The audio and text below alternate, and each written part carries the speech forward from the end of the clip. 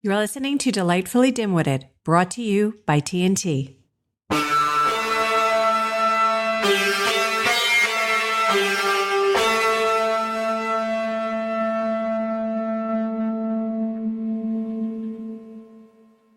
Hello, Taylor. Good afternoon. Hello, Tara. How you doing? I'm all right. Did you have a good week? It's so exciting to be back. Yeah, I did have a good week. What could be better? I don't know. I guess you're really up in prepping for your upcoming nuptials. Yep, we're coming down to the nitty gritty. Are you nervous at all? The only thing I'm nervous about is being in front of a bunch of people. Oh, your favorite thing. I was just thinking this the other day. I was like, why am I doing this to myself? Like it's almost like sadistic in a way, because I don't like being in front of people and I don't like all of the attention, but at the same time, like it's a fun idea in my head. Right. Oh, like me getting married. In my head, it's a great idea. Yeah. Right. Okay, Right. No, but it'll be fun. I'm really just excited for the food. You need to tell everybody what food you're having at your wedding. We are doing, amongst past hors d'oeuvres, we're also doing a taco cart. Love it. We have a churro guy that's going to be there making fresh churros. Love Very excited churros. about that. Mm-hmm. We have a big 3-tier cake. Ooh, what's it made out of? Or is it a surprise? One's dulce de leche. Okay. And then another layer is Nutella. What? So, come on. Yeah, it'll be pretty delicious. So yeah. What about your candy bar? Oh, and we have the candy bar. I'm excited about that too. Pretty much, I just want to be around the food the entire time. You know what I just realized would have been a good add to your wedding? Pinball machines and stuff. You're trying to make it even more expensive. No. But you know what I just realized? Is it too late to switch and have your wedding at Dave & Buster's? Because I think you would have loved that. It would be fun. I do love a good Dave & Buster's. Dave & Buster's, but at the beach. So you could get both vibes. You would lose your mind. You would have so much fun. The problem is that I wouldn't be able to focus on anything except for playing games. The games. Yeah. Yeah. Great. Which would be fine, but I wouldn't talk to anyone. Oh. It'd be like, hey, we can talk, but we got to be playing basketball while we're doing it. But you know? God, how fun would that be? If you want to talk to the bride, you have to play basketball with her. I think that would be great. So, hey, have you had any dimwit moments this week? None that I can think of, but I'm sure there are many. It's just there's so many happen that I try and forget them. Oh. But next week I will try to remember as many as I possibly can. Let's hear yours. I sadly remember all mine. My child had a event at school. It was a 50 sock hop, and I signed up to volunteer. And I was very excited about it because he's now back in private school. He had already gone to this private school. He was excited for his first event. It was Saturday. I said, oh my God, he has a very busy day on Saturday. He's got band practice in the morning, and then we come home, and then he's got keyboard lessons. He's at School of Rock. And as we were coming out, I said, look, we got to hustle. We got to be over to that school in 45 minutes. And I realized you don't have nice shoes. He's wearing khaki shorts and a collared shirt. He looks so nice. You don't have nice shoes? He did not have white shoes. Oh, he has them, but they were so filthy dirty. They're like a year old. I said, no, we got to stop at WSS here because we don't have time to go home either. I says, here, we're going to get you a new pair of white sneakers. We did. We got him $20 socks. I don't know when socks got so expensive. And we rush over. I'm like, all right, here's some food. Let's go. I like Chick-fil-A'd it. Yum. Except, I hate what they stand for. But God, I love their chicken. We rush over there. We're pulling in. And there's nobody there. And I go, what the hell happened? Did they cancel it? Because what's going on? I'm like, where is everybody? The gates are open. Not a car anywhere in sight. And I'm like, there's no way I got this wrong. I knew it was Saturday. The problem is I was correct where it was Saturday, but it wasn't the Saturday that we went to. It was next Saturday. Oh, wonderful. I didn't, I don't have a smartphone. So I didn't know what to do. I tried to call a friend who's also volunteering. I didn't get anybody. I'm like, buddy, we'll just go home and I'll figure it out. And of course, as soon as I got home, I looked at the calendar and I go, oh, Jesus. my stupid mistake was when I jotted it in the calendar, I had put it on an angle up in the notes section, and it happened to be just on the same line. So that was my idiotic dimwit moment of the week. So that's in other exciting. words, you maybe should use a smartphone just for the calendar. Nah, I'm fine. I have a paper calendar. It's really nice. If I had the calendar with me, that would have helped. Yeah. You're just going to carry it with you from now on? Yeah, I do. I usually have it in my purse. I don't know why I didn't, but anyway. So that was my dimwit moment. And we made a couple mistakes on our last few podcasts. Should we tell everybody about the mistakes that we made? You want to go first, or should I go first? I'd love to go first. Go for it. My mom listened to our podcast, and she immediately pointed out when I was talking about, I think I was talking about Passover. I was saying, like, you can't eat the entire day, but that's completely wrong. It's a completely different holiday. So she's like, you're not even a half Jew. You're like light Jew. Right. Diet Jew, barely Jew. Yeah, sad Jew. But here's the thing. Yeah. What I've realized about both of us is when you explain a fact or story Correct. and you have a lot of vigor behind it, sure, everyone's going to just believe it. So maybe you just got to do it with confidence. Maybe we should. Maybe we shouldn't even tell people we screwed up. The few people that are listening, in case they're Jewish, they'd say, "Hey Taylor, you are delightfully dim-witted, and you got it all wrong." And you know what? Yeah, it's fine. It's fine. Fine. We own it. We own our mistakes. We take responsibility. I think that's really the most important thing. And we'll tell you when we know we're wrong. If we're wrong and we don't tell you, then we really believe we're right. I too made an error when I was talking about the Buddha. His name is Siddhartha Gautama. I got that right. I didn't know his last name before, but I said he got married at 19. He did not get married at 19. He got married at 16. He was a royal prince.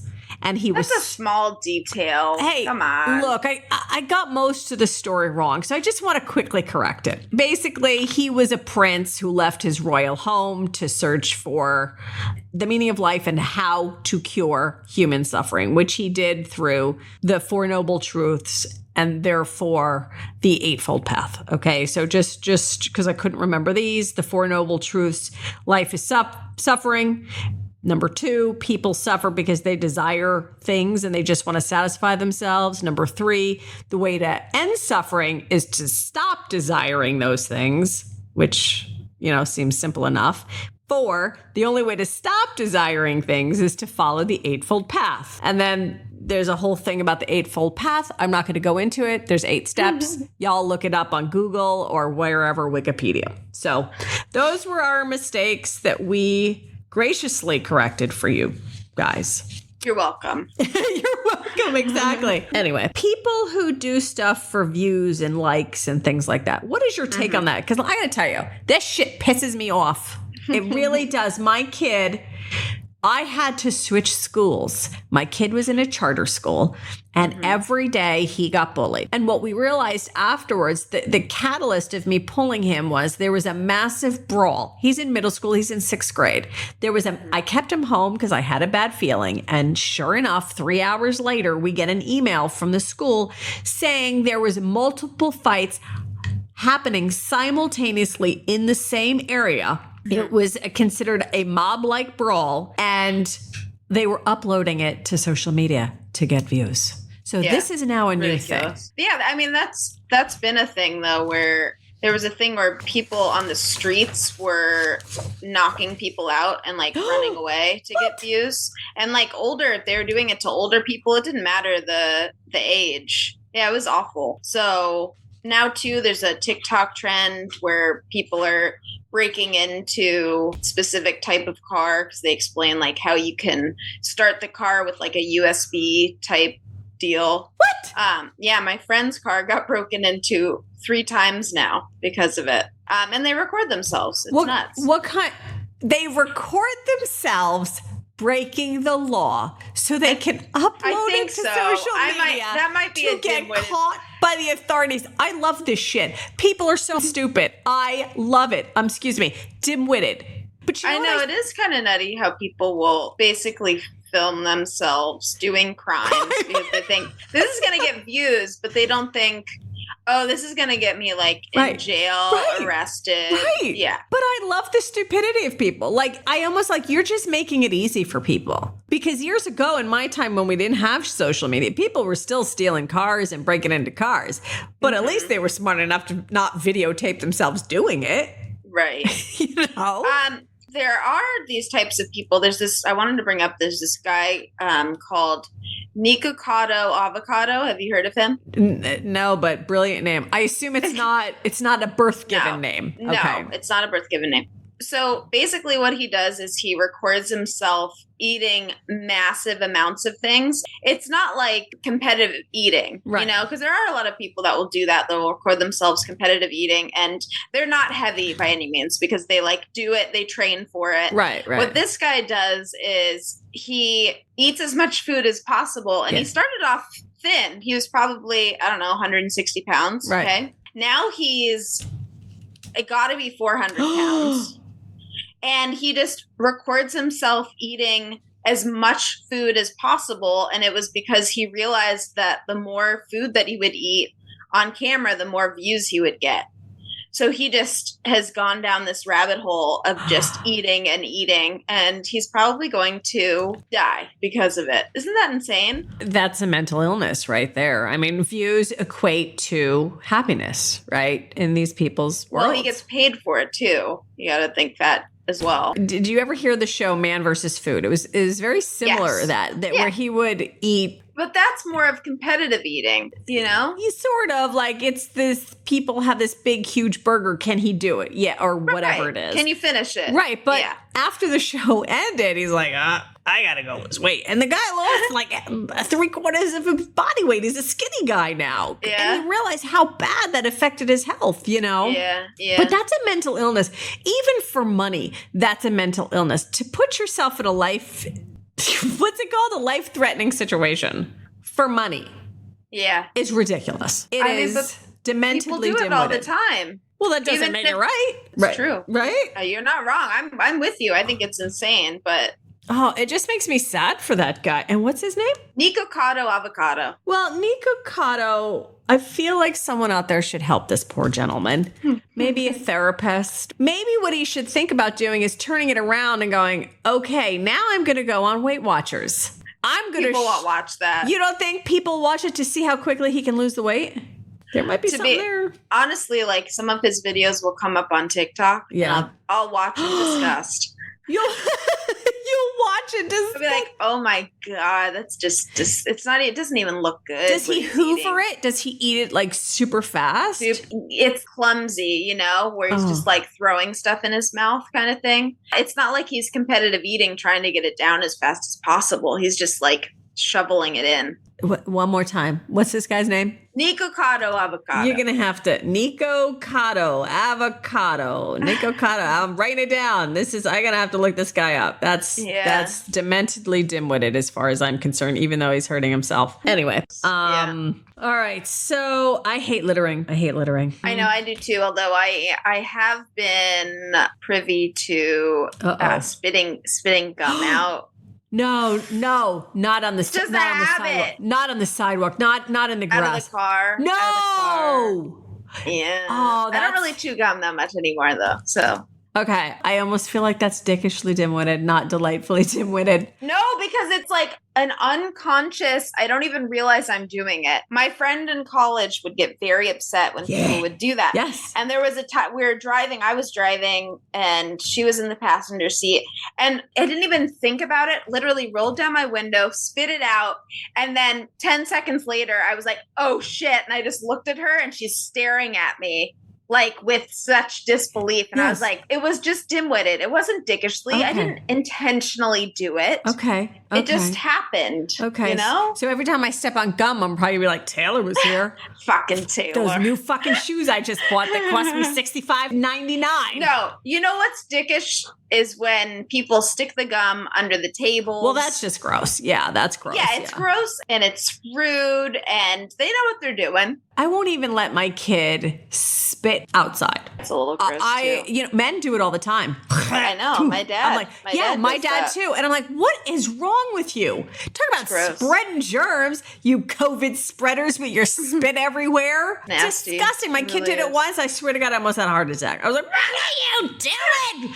That's disgusting. I raised you to be a gentleman. And he's like, but did you? And I'm like, I've tried. Anyway. I know you are a dog fanatic. You love dogs. I am. Did you know that dogs in Switzerland must have a Swiss passport? I did not know that. It is true. And it's saying if you're traveling or moving to Switzerland with your dog will need that Swiss passport. It will have an ID with the dog's name, age, sex. Does that mean male or female or that he's sexually active? Photograph. I'm sure that's within it too. Sure.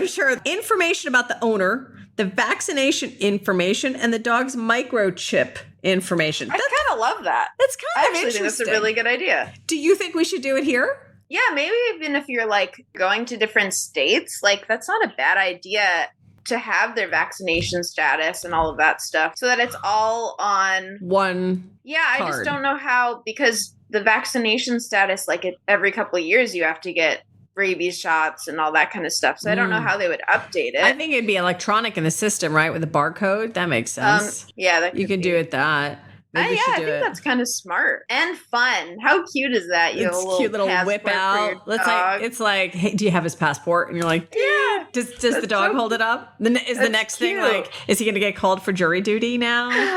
Does he have to pay taxes? Like, what else are we going to do with the dogs? Did you know that there is I forget what city it is, but I think it's in California. Mm-hmm. There is a dog that's the mayor of the town. Oh man. How cute is that? That's cute. It's a golden retriever. Uh-huh. And how can you get mad at that mayor? So, very easily. I mean, does he go to the meetings? Who takes minutes? Is there a dog secretary that takes minutes? Like, who makes the rules? Does he pass laws? Does he have a little gavel and he's like, bing, bing, bing with his gavel? No, I think he's. Is it an honorary mayor? Maybe. Probably. Is there like a guy behind the mayor? It is cute. Maybe we should have a dog running our country. Maybe that'll make it a better place. It would have been better than Trump. You're going there. Yeah, I agree. But there's a lot of people in Middle America who listen to us that might not agree. We'll talk about that another day. Okay, you love dogs though. No, I love dogs. You are obsessed with them. You got one right there on your lap right now, don't you? Yeah, and he's just so wonderful Wallace and adorable. Hogan, as we like to call him. Wallace Hogan. He's a red golden retriever, and I also have 2 dogs at my parents' house that are old English sheepdogs, and they just make life better. You come in the door, they're excited to see you. They just want to be near you, and they're just happy when they're with you. Mm-hmm. And most love you could ever get from a creature is, I think, from a dog. More so than people even, because people get sick of you. Dogs really don't. Is it because they need you to feed them? Maybe because they're too dependent on you. It's not like they have opposable thumbs. No, they're not like monkeys that can't go in the refrigerator. He'll pick at his food. I mean, he does like snacking with me. Whenever I have a snack, he has a snack. Does he eat your snack? Yeah, we share snacks. I'm pretty sure the vets are like, Taylor, you shouldn't give him table food. Taylor, it's a dog. You know, I had toast this morning with butter, and he loves toast with butter just as much as I do. Is butter good for a dog? I feel like butter is not good for a dog. I don't know, but he's healthy and until he gets high cholesterol. No, he's in great shape. Is he? Okay. Such great shape. Okay. Yeah. All right. He looks amazing. Andrew gets upset with me that I share human food with him, but I don't care. It's fun. Okay. It's fun. And you know what? You know how if I say to Andrew, I'm like, you want a snack? Do you want some popcorn? He'll be like, no. I like snacking together. So snacking together is fun. So you know who always wants to share a snack with you? Wallace Hogan. Always wants to share. So basically, you're blaming your future husband for you feeding your dog table scraps. I mean, let's be honest. I blame him for almost everything. You're going to be a great wife. That's all I'm going to say. You're going to be a great, great wife. Oh, God. I'm not a dog person. You don't like dogs. Nope. Don't like I don't anything about them. understand that. What did you have like a terrible moment with them? No. Yes, I have a terrible moment every time they come up to me and jam their nose in my vagina. Okay. That is my terrible moment every single time. I wish I could say that's not a common occurrence, but it is. It totally is. Yes. Yeah. Or my Hogan butthole. does that to me all the time. Yeah, or my butt. I don't want anyone down there, as we've determined on the last few episodes. Yeah. Okay. Right, it's too much. It's too intimate. Okay. We just met, you know? Okay. Unless it's going to pay for dinner. I'm just going to say. And apparently the only thing he can afford is Taylor scraps. So forget it. But is that the only thing that you don't like about them? I don't like that they jump. They're too in your business? They're too in my, what? I don't like that they bark all the time. Look, if I were to ever get a dog, which let's be honest, I'm never going to do, it needs to be super old, close to death old, where it just lies there and doesn't bark and just wants to be pet. And then he'll just move slowly. Right. From one room to another. And that's it. And just lay there. Okay? That's it. I don't want him licking my face with his nasty little snout. I don't want to. So cute. Nah, gross, disgusting. I don't know. They lick their butt and they eat other dogs' poop. I do not want that on me. You know what I realized about you? Yeah. You just hate affection. I do. I do not like any sort of affection. No, that's not true. I like to hug my child who refuses to hug me back. So payback's a bitch, I guess. So basically, you like animals that will give you things. Yeah, like my chickens were going to give me fried chicken or coco vin. Oh my God. All right, that's what they were going to give me. I don't understand how you have chickens. I get it for the eggs, fine. Yeah, you want the eggs, cool. But I think I would get attached to the chickens. You know, it's a chicken. You don't get attached to the chicken. How do you not get attached to the chicken? It's not like we cuddle. It's a thing. It doesn't matter. We don't still cuddle. there. And it is there. And it's a lot of work. And I should get paid accordingly by their wonderful chicken dinner. But how could you kill it? Like, okay, so you take it by the neck. Do you want me to tell you? And you spit it really fast. Oh my God, that's so awful. Or you don't feel bad at all after? No. You know why? Because that dinner was delicious. A little bit psychotic. No. Okay. I'm sorry. How many times have you eaten chicken in your life? I know. Listen, my mindset around animal byproducts, it's dim-witted, to say the least. Sure. I eat it, but I don't want to see... When I feel like once it's in the grocery store, that's no longer that cute animal that was out there grazing. So, and I don't see it die. And I know it's terrible. Believe me, it's a hypocrite. You're a hypocrite. I went vegetarian for a few years, but fucking beef and chicken. I know it's still. I mean, I'm not even a big chicken person. If I had a cow, man, I'd be eating forever. Fried chicken's delicious. I'll do it. Yeah, absolutely, every time. Every time. So fair enough. Yeah. Look, whatever. It's not like the chickens I had. It's not like I ended up getting good stuff out of them. The goddamn raccoons got to them before we did. It was really, really sad. And everyone's like, oh my God, the eggs from the chickens are so much better. Oh my God. But you have to say what Kai said when the last chicken died. Yeah. I think it was Bernadette. We named all our chicken like 1960s women's name. We had Mavis, Maud, Bernadette, Beatrice, and we had 2 of each breed. It was perfect. Bernadette was the remaining. Something happened and a raccoon got into the enclosure. So at the last one, she was the last man standing. So I said, you know what, Bernadette? I'm not even going to eat you. The rest died. I'm going to let you be free. So I opened the gate to the chicken coop and I let her roam free in the backyard. For days, just living life. You did that. Yeah, for days living life, just hanging out in the backyard. And I go, oh, well, you're fine. So that night, I put her back into the coop. The next day, there were feathers everywhere. The raccoon got it. So Kai was like, oh, man. And I said, Kai, you want to give a few words? You want to say a few words? He's like, you know what I do? And we stood there over the carcass and he's like, Bernadette, you were a good chicken. I'm sorry the raccoon got to you before we could eat our chicken dinner or something like that. I was like, that's my boy. Really well said. Yeah, you're really training him to be the psychotic person that you are. Hey, you live on a farm. These people do this all the time. Okay, they got to butcher the animals. It's what makes the world go round, you know. I know. I was in Ireland, and we stayed on a farm, Andrew and I, and they had lambs and the cutest little baby lambs. Oh my God. And the woman let us hold them. Uh-huh. And as we were holding the lambs, these cute little baby lambs, she goes, "Yeah, they're going out for slaughter next week." That was more of an Australian accent. Yeah, it was, but I appreciate it. But it's okay. And I just looked at her and I was like, oh. And I was so sad by that. But sure. I think she did it to get the reaction out of me. 100%. It's kind of like a sick thing. She's like, oh, I'm going to get this American so good Look right at her. now. She's like so happy when she doesn't even realize she'll be eating it next week. But, people do it. I get it. You just don't want to see it. I don't want to see it. All right. I can't.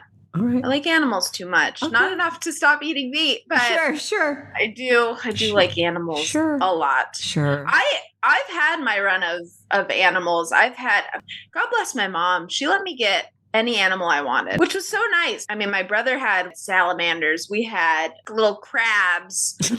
You had crabs? We had crabs. We had hamsters. I had an African gray parrot. I had a chameleon. I even had a bejeweled beetle. So that is a beetle that is covered with little fake rhinestones. Shut up. Swear to God. Did somebody super glue them on? Like, what happened? My grandma had gotten it from, we went to some weird store in, I don't know, San Diego or Santa Barbara somewhere. The weirdest little store. They even had like a pig at the store. Uh-huh. And they were selling these bejeweled beetles, and I fell in love with it. And I was like, I need it. So I got it, and I had it for, I want to say like a couple of years until it finally died. Sure.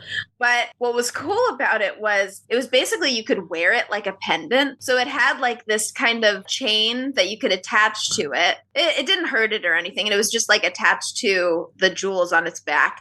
And you could wear it on your shirt. Uh-huh. So, the beetle, the insect. Yes. The insect, correct. My mom was probably like trying to get me to go to temple. This was like, we never went to temple, but my grandparents probably wanted us to go. So she's like, let's go. It's fine.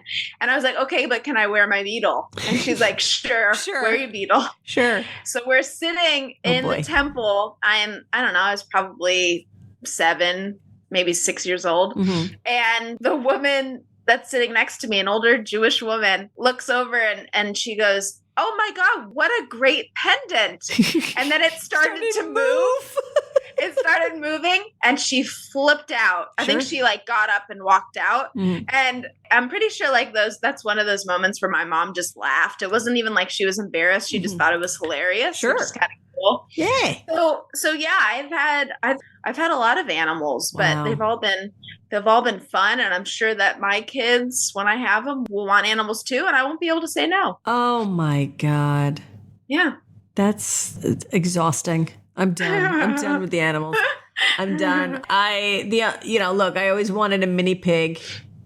And I always wanted them. So cute, but they don't stay mini. Well, they do. I mean, they're not a pot belly. So they get up to about 150 pounds or something like the same size as a big dog. Like I think the ones that's big. It's not mini. It's smaller than a normal size pig. Right. Is my point. It's like half the size. Yeah, it's like a dog size more than it is. But they're still adorable. And or a mini donkey. Oh, I always wanted a Mickey. But with donkeys, they're pack animals. You got to have 2. I don't have the space for that. Imagine me. But I would totally, if I had a donkey and a pig, I'd walk them down the street just to get people's reactions. I'd just be like, I think people would be excited. Yeah. Honestly. I would be. I want to pet your donkey. It'd be the only time somebody wanted to pet my donkey. All right. Well, I think I only have you for one more week, and then I think it's off to your wedding. I know. It's very exciting.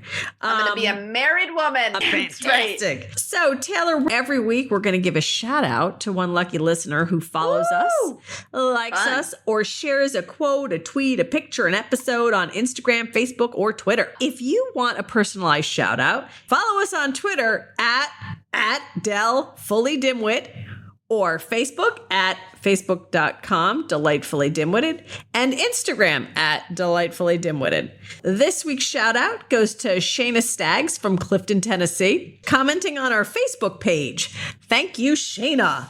Taylor, it's been an absolute pleasure. Let's do a quick recap.